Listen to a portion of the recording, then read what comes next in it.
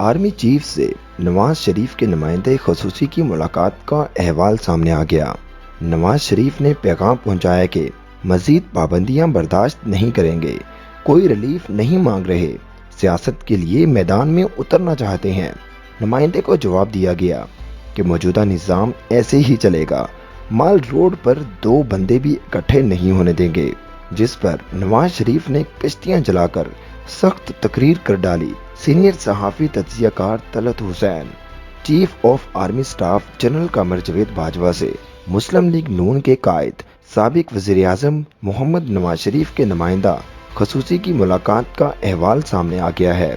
नवाज शरीफ ने पैगाम पहुंचाया कि मजीद सियासी पाबंदियां बर्दाश्त नहीं करेंगे, कोई रिलीफ नहीं मांगेंगे, सियासत का रुख मुतय्यन करने के लिए मैदान में उतरना चाहते हैं।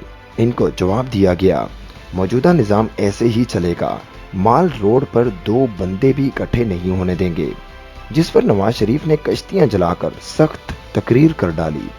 सीनियर सहाफ़ी तज्ज़ियाकार तलत हुसैन ने साबिक वज़ीर आज़म नवाज शरीफ की सख्त तकरीर के पीछे वजूहात के बारे में बताते हुए कहा कि ज़राए का कहना है कि सितंबर के पहले हफ्ते में कायद नून लीग साबिक वज़ीर आज़म नवाज शरीफ के नुमाइंदा ने army chief of general Qamar Javed Bajwa से मुलाकात की, जिसमें नवाज शरीफ का पैगाम दिया गया कि वो अब मजीद सियासी दबाव या सियासी पाबंदियां बर्दाश्त नहीं करेंगे। इनकी जमात और इनको दीवार के साथ लगाया गया है, जिसके जवाब में वाज़ेह बताया गया कि ये निज़ाम ऐसे ही चलेगा और किसी किस्म के हंगामा खेज सियासत की गुंजाइश इस निज़ाम में नहीं है। नवाज शरीफ के नुमाइंदे की जानिब से जब बार बार बताया गया कि नवाज शरीफ कोई रिलीफ नहीं मांग रहे, बल्कि सियासत का नया रुख मुतय्यन करने के लिए वो मुकम्मल तौर पर मैदान में उतरना चाहते हैं, उन्हें और उनकी बेटी को सियासत से दूर नहीं रखा जा सकता। लिहाजा अब सियासत का नया रुख और मोड़ आने वाला है, जिस पर फिर उस नुमाइंदे को वाज़ेह अंदाज में कहा गया कि माल रोड पर दो बंदे भी इकट्ठे नहीं होने देंगे, मौजूदा निज़ाम में किसी किस्म का तातुल बर्दाश्त नहीं किया जाएगा। ज़राए का ये भी कहना है कि इस मुलाकात में इमरान खान की हुकूमत को मज़ीद 3 साल पूरा करने की ज़मानत का भी जिक्र किया गया। इस मीटिंग के अंदर नून लीग और एस्टेब्लिशमेंट के दरमियान जो इश्यूज़ हैं, जो जनरल राहील शरीफ के दौर से चले आ रहे हैं, डॉन लीक्स भी है, इनका अहाता भी किया गया, लेकिन जो दरमियानी रास्ते पर इत्तफाक नहीं पाया गया। एक पार्टी दूसरी पार्टी को बताना चाह रही थी कि अब इनकी हिकमत अमली क्या होगी। दूसरी पार्टी ने वाज़ेह कहा, आपकी हिकमत अमली जो भी हो, मौजूदा निज़ाम ऐसे ही चलता रहेगा। मुल्की मफादात का जिक्र हुआ कि आहिस्ता आहिस्ता चीज़ें ठीक हो जाएंगी।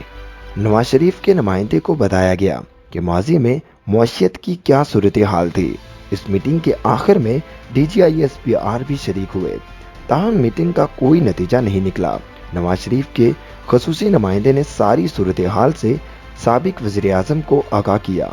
इसके बाद नवाज शरीफ को 4-5 ज़राए से तकरीर करने के लिए मवाद दिया गया, जबकि तकरीर की सिम्मत और टोन नवाज शरीफ ने खुद तय की। हो सकता है कि नवाज शरीफ के कुछ सफ़े लाहौर और कुछ सफ़े लंदन में ही तैयार किए गए हों। मुशावरत के साथ ये तकरीर लिखी गई थी।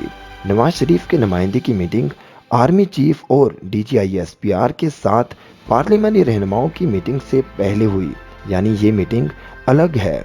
नवाज शरीफ ने नुमाइंदे की मीटिंग के बाद फैसला किया कि अब कश्तियां जला दी हैं, अब हम अपना स्टैंड लेंगे, सियासी सरगर्मियां करेंगे, देखते हैं दूसरी तरफ क्या रद्द-ए-अमल आता है। दूसरी तरफ से रद्द-ए-अमल आने का इनका हवाला इमरान खान नहीं बल्कि एस्टेब्लिशमेंट है।